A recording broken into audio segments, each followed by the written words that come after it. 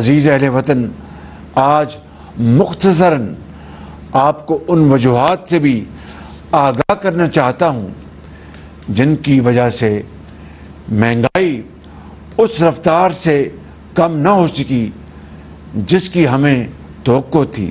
اس راہ میں سب سے بڑی بارودی سرنگ ڈیفالٹ کی صورت میں سابق حکومت بچھا کر گئی تھی، جس نے IMF سے اپنے ہاتھ سے کیا ہوا معاہدہ جان بوجھ کر اور ایک سازش کے تحت خود ہی توڑ دیا، حتیٰ کہ بحالی کی ہماری سرتوڑ کوشش بھی ناکام بنانے کی اس حکومت نے مذموم سازش کی۔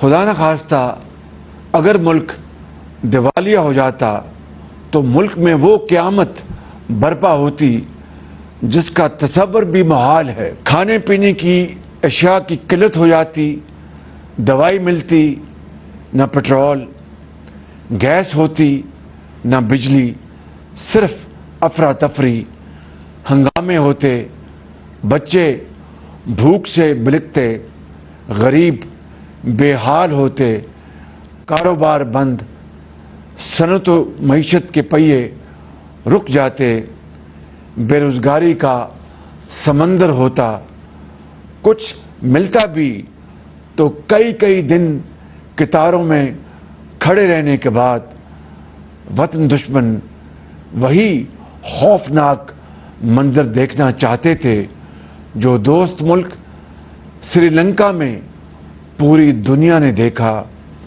خود غرضوں کو صرف اپنی سیاست پیاری تھی، یہ وطن دوست اور وطن فروش سوچ میں ایک جنگ تھی۔ عزیز اہل وطن، سب سازشیں ایک ایک کر کے ناکام ہو گئیں۔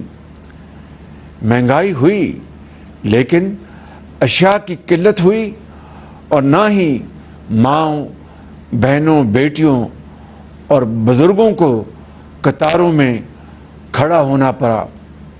میں نے ہمیشہ قوم کے سامنے برملا اعتراف کیا کہ ہمیں مشکل اور تلخ فیصلے کرنے پڑے، لیکن یہ سوچنا ہوگا کہ یہ فیصلے آخر کیوں کرنا پڑے۔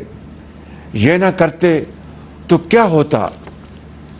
یہ فیصلے اسی طرح ایک مجبوری تھے جس طرح کینسر کے مریض کو شفا یاب کرنے کے لیے کیموتھراپی کے مشکل اور تلخ مرحلے سے گزرنا پڑتا ہے، لیکن یہ فیصلہ بیمار وجود کو صحت مند بنانے کے لیے نہایت ضروری ہوتا ہے۔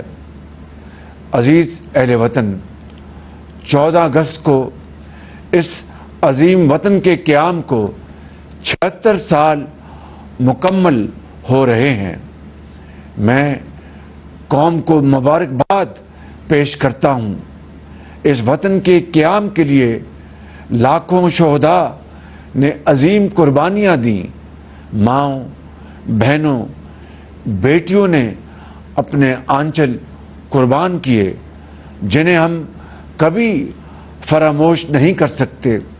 ان کی قربانیاں اور احسان ہماری آنکھوں میں آج بھی آنسو لے آتے ہیں۔